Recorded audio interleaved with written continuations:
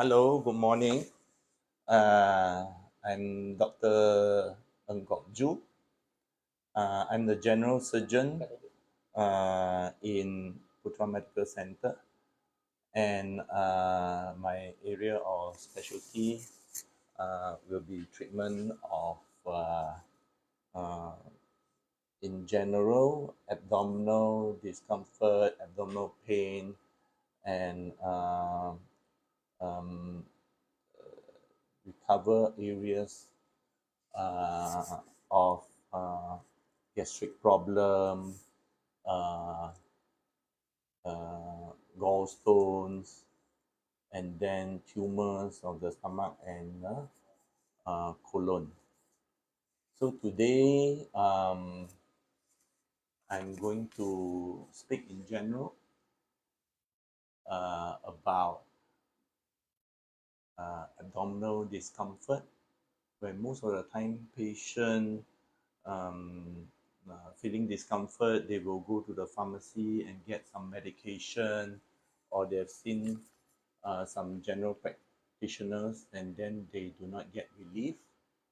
Uh, what should they do next?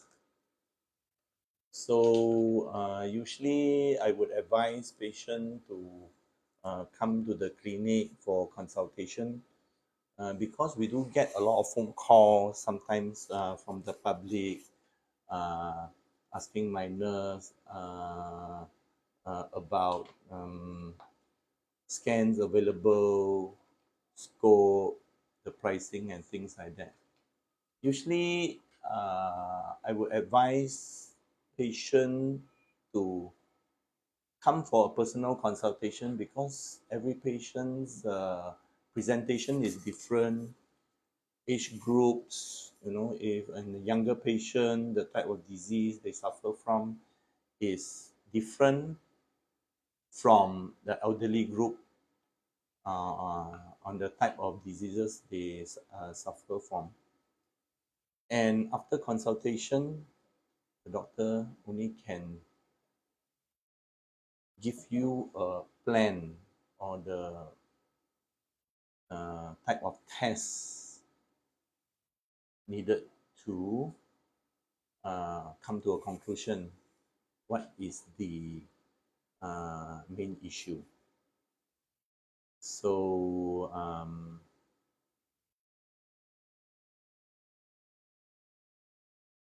yeah, this Contoh ya tu, ramai yang kata saya macam gastrik. Tapi gastrik ni macam ada sebenarnya ada banyak punca kan kata. Ya, betul. So ya macam ni. So kadang-kadang kita rasa perut tak selesa, kembung, pedas ulu hati. Some people describe it as heartburn. Tapi dalam keadaan ni ada lain punca yang kadang-kadang boleh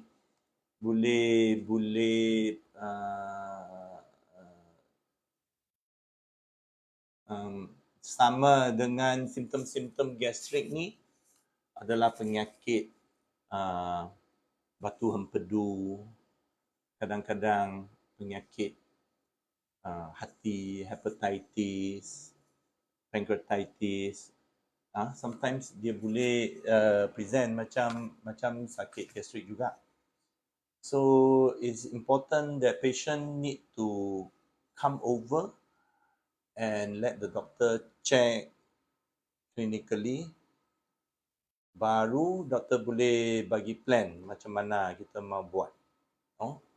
Contoh macam dekat klinik, kita boleh cek darah, cek kencing, hantar patient untuk buat ultrasound scan. Dalam periksaan ni dan kita boleh tahu pesakit ada hati ada bengkak ke, batu hempedu, ada sumbat. Kadang-kadang masa dekat klinik kita boleh nampak mata sudah kuning, dan dalam periksaan darah, hati, buah pinggang, fungsi dia macam mana, dan kita boleh bagi plan lah the next plan. So tak semestinya semua kes perut angin, sakit perut, perut ulu hati adalah gastrik. Rawatan gastrik adalah ubat, tapi dalam keadaan batu empedu kan, macam ni kena bagi rawatan surgery.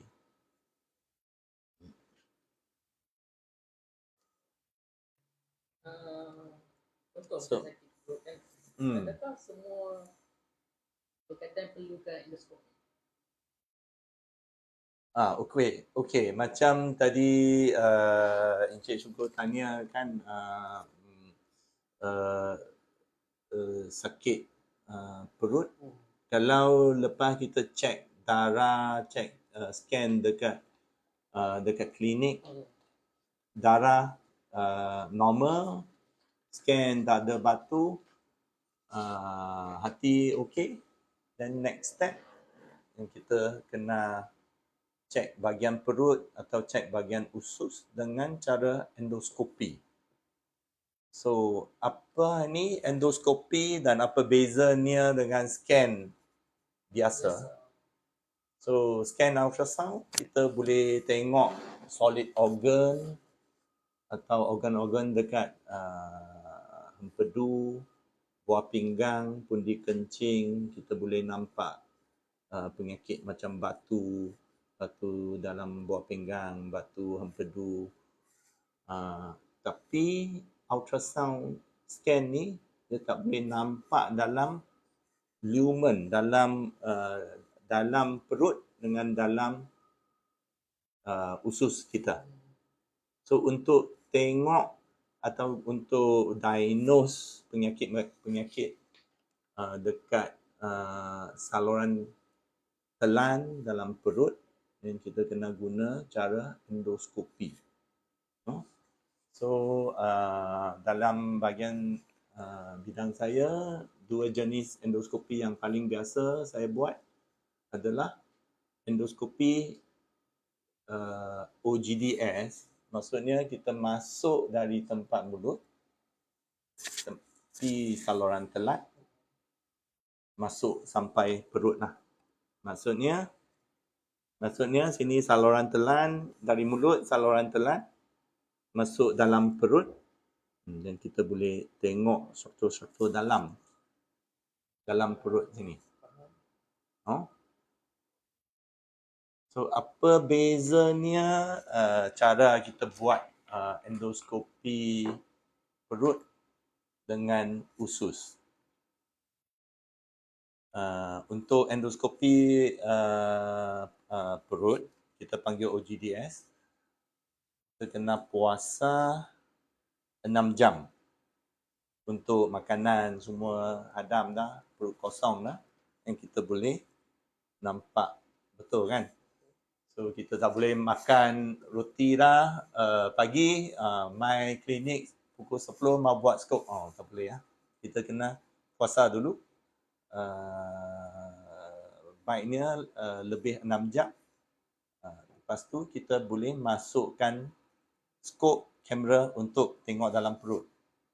So dalam prosedur ni saya rasa banyak pesakit kadang-kadang takut kan, ada masuk kamera sakit ke, prosedur ni susah buat ke. Tapi sebenarnya prosedur ni biasa lah bagi saya. Kita akan complete dalam 3 minit lah. Dan dalam proses skop ni, kita pun ada bagi ubat lali bagi pasien sudah tidur tak sedap. Dan kebanyakan pasien saya masa bangun kita tanya balik, dia tak tahulah, dia tak rasa ini sudah buat lah. Tapi dalam proses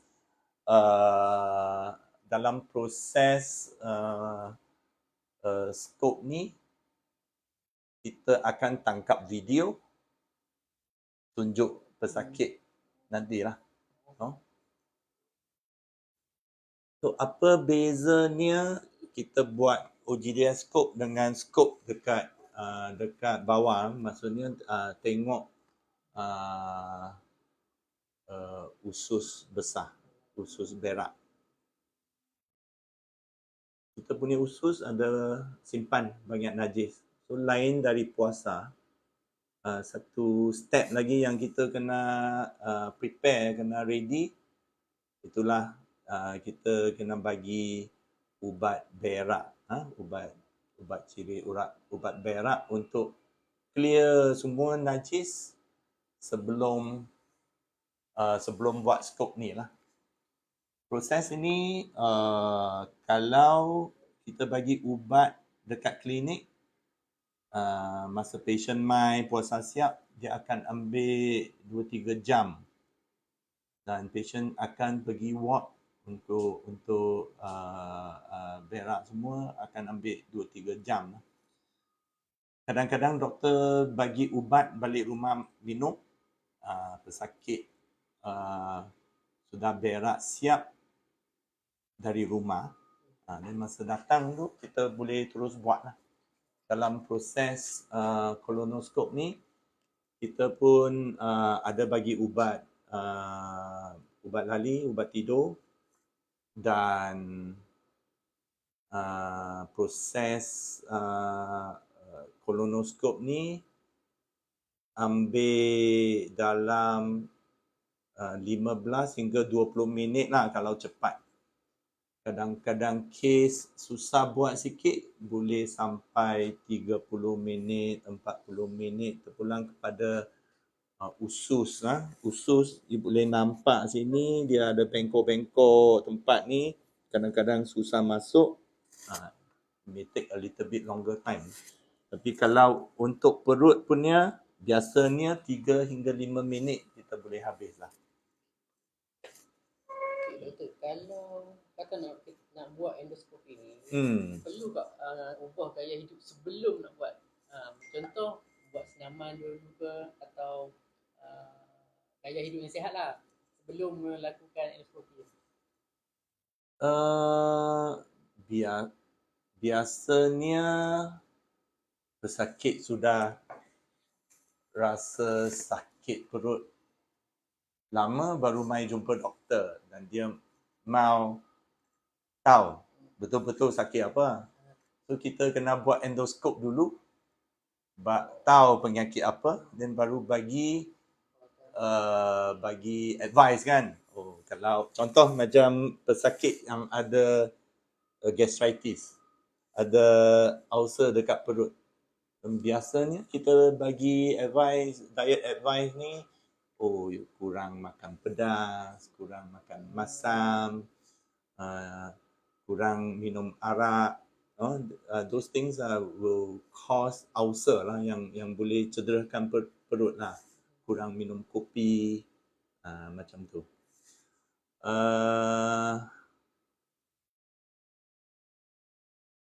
So advice ni lepas scope baru kita advice lah, bukan sebelum lah.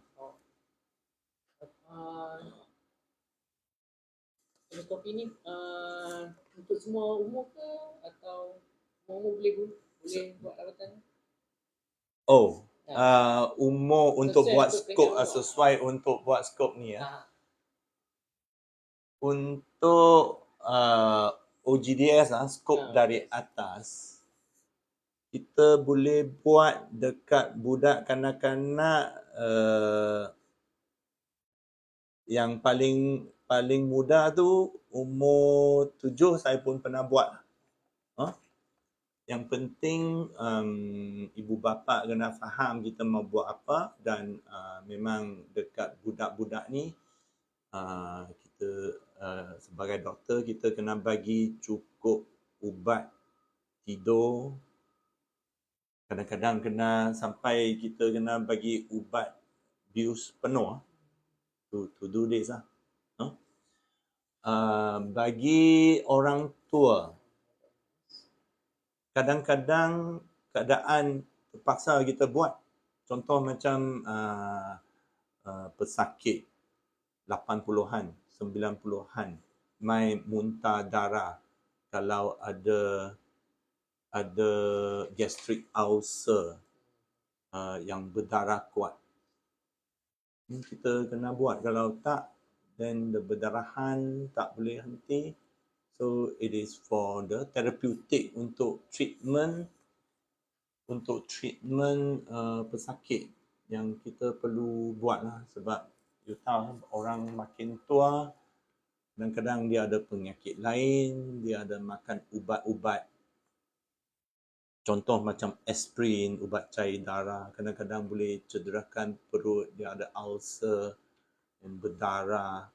Dan patient kena pergi HDU, tambah darah, and then masa dia stabil sikit, kita boleh bagi sikit ubat lali, and then buat endoskopi ni untuk cuba berhentikan darah. Kalau you bayang zaman dulu, before the technology of endoscope, kalau seorang berdarah dalam perut,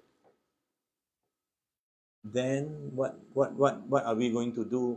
Sebagai pakar bedah, then kita kena bedah, kan? Bedah untuk buka bahagian perut, pergi cari ulcer yang berdarah, kita jahitkan perdarahan tu. Tapi with the advancement of technology, kita punya scope yang kita boleh dapat high definition picture of tempat berdarahan tu, dan kita ada alat-alat masuk melalui scope dan kita boleh berhentikan berdarahan tu. So this is the advancement in the medical field, in the medical equipment that you tengok. Kalau you bayang, punya nenek mai 85 lah, ada sakit jantung, makan banyak ubat, mungkin tak fit untuk buat operation, and then cara endoskopi ni yang kita boleh bagi sikit sedation, dan kita boleh berhentikan yang berdarahan banyak ni, then it is life saving for the very old patient to undergo this procedure. So boleh, endoskop ni walaupun 80-an, 90-an, kita pun pernah buat endoskopi ni. Kalau dah pernah buat OGDS 3 tahun lepas, perlu buat lagi tak? Okey, biasanya untuk skop perut, saya boleh cakap boleh tahan 2-3 tahun. Sebab kadang-kadang lepas 2-3 tahun keadaan tukar dah. Luka dulu, mungkin kadang-kadang lepas berapa tahun dia boleh jadi kanser. Perut ada kuman ke tidak. Kalau ada kuman, kita lepas bagi rawatan kuman ni sudah hilang atau masih ada sana. So there may be condition that kita perlu repeat balik endoskopi untuk cek keadaan dalam lah. So as for colonoscopy, skop dekat usus, biasanya kalau saya buat satu skop normal, semua tak ada apa-apa yang luar biasa, doktor boleh confidently bagi tahu skop ni boleh tahan 5 tahun, sebab kita tahu tumbuhan kecil, kita panggil polip dalam kolon, kalau dia mau tukar atau dia mau jadi kanser, dia akan ambil 5 hingga 10 tahun baru boleh jadi kanser. So kadang-kadang pesakit mai jumpa kita cek skop ada kanser ni, dia tiba-tiba, dia rasa tiba-tiba kenapa saya dapat kanser. Saya baru cek darah, saya punya tumor marker normal. Kenapa doktor sekarang tiba-tiba jadi kanser? So a lot of all these tests yang kadang-kadang you buat dekat lab, dia tak accurate untuk predict kejadian kanser. The most accurate way we still do a colonoscopy, endoscopy. Tengok dalam. Sebab you tengok terus ni, kalau ada, adalah. Kalau tak ada, memang tak ada lah. We cannot depend on the blood test, which is an indirect test kan, to predict whether you have a colon cancer or not. Dalam endoskopi usus, kalau kita nampak polip. Contoh, kalau you tengok usus kita 3 kaki panjang. Kan? So biasanya dekat klinik doktor boleh check, kadang-kadang doktor masuk jari dekat lubuk kita boleh check sikit saja. So ada 3 kaki 1 meter dalam lagi. Macam mana kita boleh tahu kan mana-mana tempat ada tumbuhan kecil sudah jadi kanser. So dekat program kerajaan Kementerian Kesihatan Malaysia, dia ada pi kampung-kampung check. Ini program untuk check screening untuk kanser usus. Biasanya dia ambil sikit najis untuk check darah. Contoh macam you pergi satu tempat 10,000 orang. Dia collect sampel najis. Dan dalam 10,000 orang ni, contoh macam ada 30 orang najis ada darah. So these are the group of people yang perlu buat kolonoskop. Sebab dalam screening program ni, kita pilih pesakit atau populasi yang najis ada darah, and then they come for a screening. So masa screening, kalau kita jumpa ada polip macam ni, then kita boleh guna alat untuk keluarkan polip ni. So tujuannya ada 2. Satu, hantar polip ni, check. Tengok polip ni adakah sudah jadi kanser ke tidak. Yang kedua, you keluarkan tumbuhan yang ada potensi dalam 5-10 tahun dia boleh jadi kanser.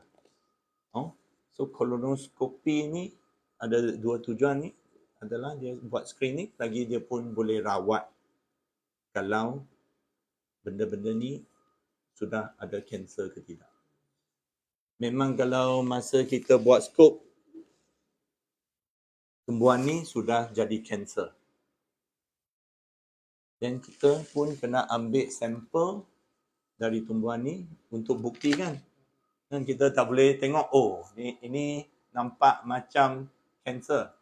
Kita kena ada bukti lah. So, the advantage of a colonoscopy compare dengan scan, ultrasound, CT scan tu adalah dia boleh tahu betul-betul tempat mana. Dan kita boleh ambil sampel untuk buktikan tumbuhan ni sudah jadi kanser. Sebab dalam kes kanser ni, next step adalah bedah. Kalau tumbuhan ni sudah masuk dinding usus, dan kita tak boleh rawat. Macam tadi saya cakap polipektomi macam tu lah, dan kena buat operation. So this is why kadang-kadang pesakit perut rasa tak selesa, sakit, makan ubat tak baik, atau jumpa klinik banyak kali lah pun tak baik lagi. This group of patient actually needs to come for consultation, and doktor akan bagi advice untuk more detail punya checking.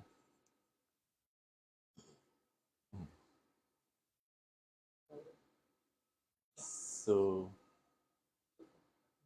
okey, betul. Ada yang tanya, Hmm. kolonoskopi ni yang doktor cakap tadi boleh Ah, prevent cancer, right? boleh Atau dia hanya boleh detect. prevent. Okay. Kalau seorang buat, let's say, umur 50, dia scope normal. So, I can tell for sure pesakit ni dalam 5 tahun ni dia tak akan dapat colon cancer. Sebab kita tahu ni, pathogenesis of colon cancer dia kena naik dari tumbuhan kecil. Lepas tu dia tukar, dia ada dysplasia dan dia pelan-pelan jadi penyakit kanser. Proses ini dia ambil 5 hingga 10 tahun. So I think prevention of cancer is not the right word lah. First is the screening. Kita mau screen siapa ada cancer. So dalam populasi, let's say 10,000 orang, 20,000 orang. Tak mungkin kita panggil semua orang pergi buat kolonoskop. Kan? Dan hospital service pun tak boleh cope dengan banyak kes yang mau buat kolonoskop. So the most economical program untuk prevention or screening for cancer is actually to buat test najis lah. Macam tadi saya cakap lah. Dan kita pilih orang yang risiko tinggi, maksudnya orang yang najis ada darah, untuk pergi buat kolonoskop lah. Maksudnya you are selectively choosing the population yang najis ada darah, pergi buat screening. Dan dalam case screening sini yang patient ada polip semua tu, dan kita macam tadi saya cerita lah, ambil sampel, send for biopsy, and then mungkin kita akan buat screening balik lepas 2-3 tahun.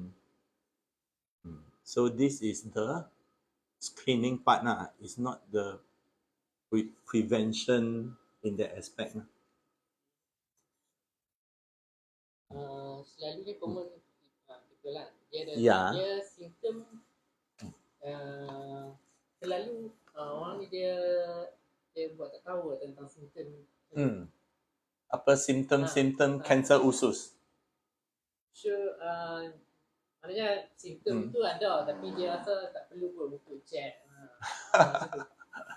Itulah kita buat talk macam ni, kita mau tambahkan ketahuan, medical knowledge untuk public lah, untuk orang am. Kalau pesakit rasa perut tak selesa, kembung, sakit, kebanyakan ni kes yang saya dapat ni berak sikit darah, kadang-kadang dia rasa ini buasir saja.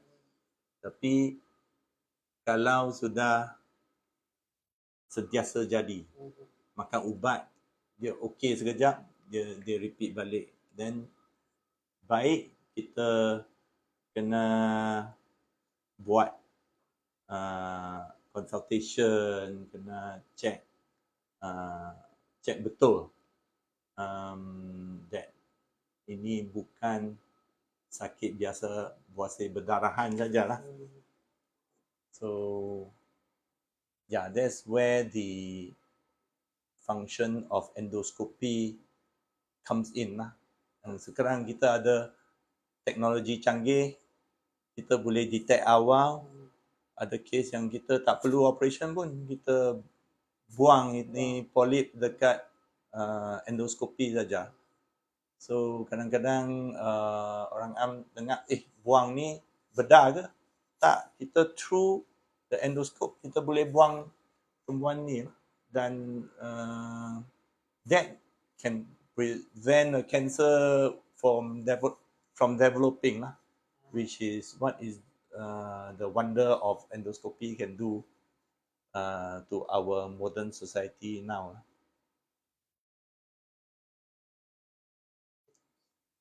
So I think hopefully this talk, this discussion can convey the right message, the right medical knowledge to the public. And if the any one of you feels that you have any abdominal discomfort, abdominal pain, or passing out of blood, then I think the right thing to do would be consult the specialist to check in detail to make sure that ones do not have a very severe illness like cancer. So I hope everybody enjoy this live talk. So okay, thank you for attending this live show. Bye bye. See you again.